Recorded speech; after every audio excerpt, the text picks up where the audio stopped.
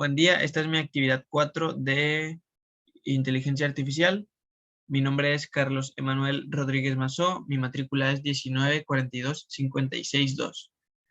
En el programa que tenemos aquí estamos formando el predicado derivada, en el que al programa le estamos preguntando o diciendo, siempre que tengas una C aquí y una X aquí, aquí debe ir un 0, cuando la C sea cualquier número y la X sea cualquier variable o cualquier letra. En este caso, si tienes X y luego vuelves a tener X, debe ser un 1. Leído así como reglas de derivación sería la derivada de C con respecto a X debe ser 0, la derivada de X con respecto a X debe ser 1, siempre que X sea cualquier variable. Lo mismo aquí, la derivada de una suma de los cualesquiera datos que tengas aquí con respecto a X debe ser la suma de D1 y D2, que D1 y D2 se deben obtener de la derivada, aquí hacemos un llamado otra vez a otro predicado, de f con respecto a x, y esa debe ir en D1, y la derivada de g con respecto a x, esa la debe colocar en D2.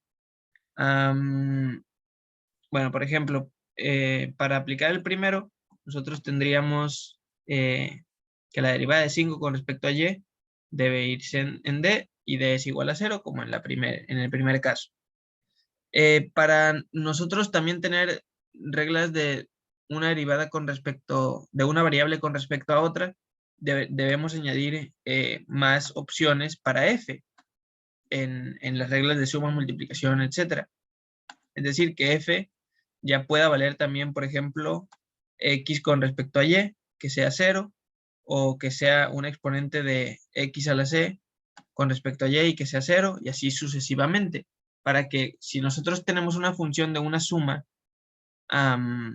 que implique a una derivada con respecto a otra, ¿sí? Que implique que uno de los elementos de la suma tenga una variable diferente a aquella con la que se está, respecto a la que se está derivando, entonces lo va a derivar y esa derivada la va a poner en D1, o ese valor lo va a poner en D1, y el siguiente valor, por ejemplo, si ya es una derivada con respecto a la misma, lo debe de colocar en D2 y así. Por ejemplo, aquí ya vimos que esto es 0.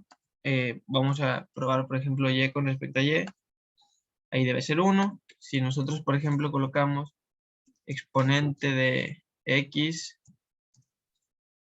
a la 5 con respecto a y, bueno, aquí tengo que darle stop. Ahí obtenemos 0 porque es una derivada con respecto a otra. Y así podemos ir complicando las cosas un poco. Por ejemplo, si anotamos aquí un 5, ahí está, con respecto a y. Aquí obtenemos la suma de 0 y 0, que es 0. Aquí obtenemos 0, digamos, indirectamente, pero al final es 0. Y obtenemos 0 indirectamente de nuevo porque tenemos una derivada con respecto a otra. Y esa sería la explicación de esta práctica. Muchas gracias.